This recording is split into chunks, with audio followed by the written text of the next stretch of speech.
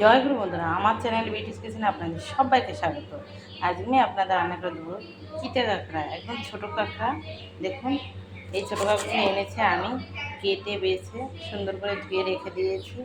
দেখেছেন, প্রতিটা কাঁকড়ার ভিতরে কিন্তু ধুলো ভর্তি, খেতেও ভালো লাগবে। মেয়ে কাঁকড়াই বেশি এর ভিতরে, আর মেয়ে কাঁকড়াতেই ঘিলু হয়। মেয়ে কাঁকড়াগুলো আপনারা চিনবেন। এটা কিন্তু দেখুন, এই যে ছেলে কাঁকড়া, ছোটো, এই যে এটাকে কী বলে, এই এটা তুলে ফেলে দিতে হয়। এটা যেটা ছোট থাকবে সেটা হচ্ছে ছেলে কাঁকড়া, আর এটা হচ্ছে এই যে মেয়ে কাঁকড়া, যেটার এই যে বড় থাকবে, দেখেছেন, এটা মেয়ে কাঁকড়া। তো এই যে আমি ওই কাঁকড়া ভাজা করব। এবার আগে কড়াতে দেখুন তেল দিয়ে দিয়েছি, তেল গরম হয়ে গেছে।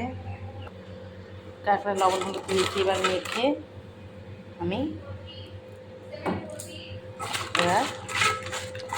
আমি দিয়ে দেবো এই যে তেল গরম হয়ে গেছে, তেলের ভিতর দিয়ে দিচ্ছি।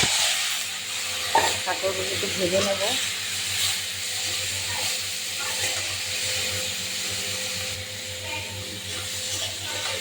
এই দেখুন, ভেজে নিচ্ছি। আমি এই কাঁকড়া মাছ রান্না করব,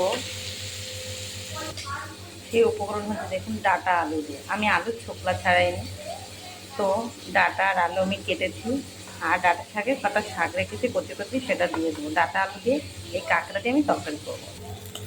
দেখুন, কাঁকড়া ভাজা হয়ে গেছে। কাঁকড়াটা কিন্তু একটু কড়া করে ভাজতে হয়, দেখেছেন। তো এবার আমি কাঁকড়াগুলো নামিয়ে নেব। কাঁকড়া নামিয়ে নিয়েছি।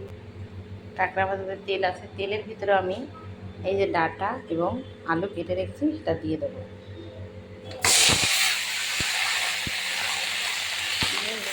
লবণ হলুদ দেবো, লবণ হলুদ এবার নেড়ে ছেড়ে নেবো। দিয়ে দেবো হলুদ, দেবো লবণ,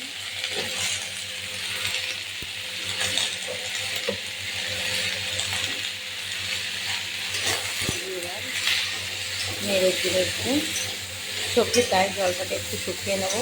এভাবে পুরো জাল হবে, সবজির গা নেড়ে চেড়ে সবজির গায়ে জলটা টেনে যাবে, তারপরে আমি জল দিয়ে দেবো।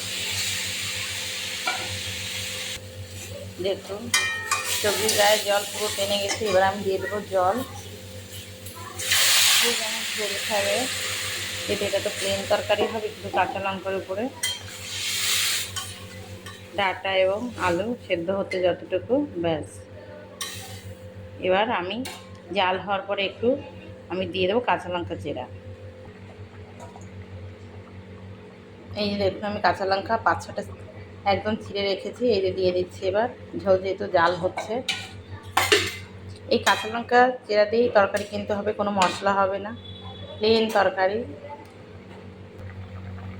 দেখুন, তরকারি কালার চেঞ্জ হয়েছে। এবার আমি এই যে শাকগুলো আছে, এই শাক কটা দিয়ে দেবো। ডাঁটার শাক দিলে তবেই কিন্তু তরকারি কালারটা সুন্দর সবুজ সবুজ হয়ে যাবে।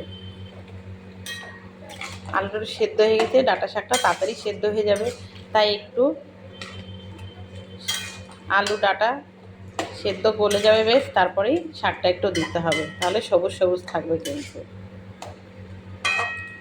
দেখেন, আলু কিন্তু সেদ্ধ হয়ে গেছে। দু একটা আলু চামচ দিয়ে একটু ঘেটে দিলে তরকারিটা বেশ ঘন হয়ে যাবে, খেতেও ভালো লাগবে, দেখতেও ভালো লাগবে। আমি এই যে গামলায় কাঁকড়া রেখেছি, কাঁকড়ার ভিতরে আমি তরকারি নামিয়ে নেব।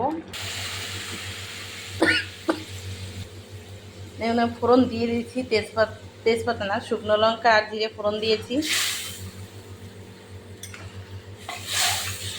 ফোড়ন দেওয়াটা আমার দেখানো হয়নি।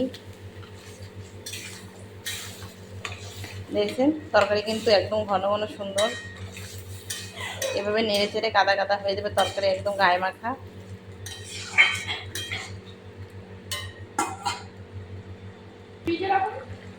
দেখুন বন্ধুরা, তরকারি কালারটাও কি সুন্দর হয়েছে, খেতে কিন্তু সেই। এবার আমি তরকারি নামিয়ে নেব, একদম তো শুকিয়ে ফেলা যাবে না। নামিয়ে নিচ্ছি তরকারি। এই দেখুন, দেখেছেন তরকারি। এভাবে কিন্তু ডাঁটা আলু দিয়ে, এতে কুমড়োও দেওয়া যায়। আপনারা এভাবে অতি অবশ্যই কাঁকড়া দিয়ে ঝোল করে খেয়ে আমাকে কমেন্টে জানাবেন খেতে কেমন হয়েছে। তো আমার এই রেসিপিটা যদি ভালো লেগে থাকে তাহলে please please please like share comment করতে কিন্তু ভুল করবেন না, আর সাবস্ক্রাইবটা করে দেবেন। জয় গুরু।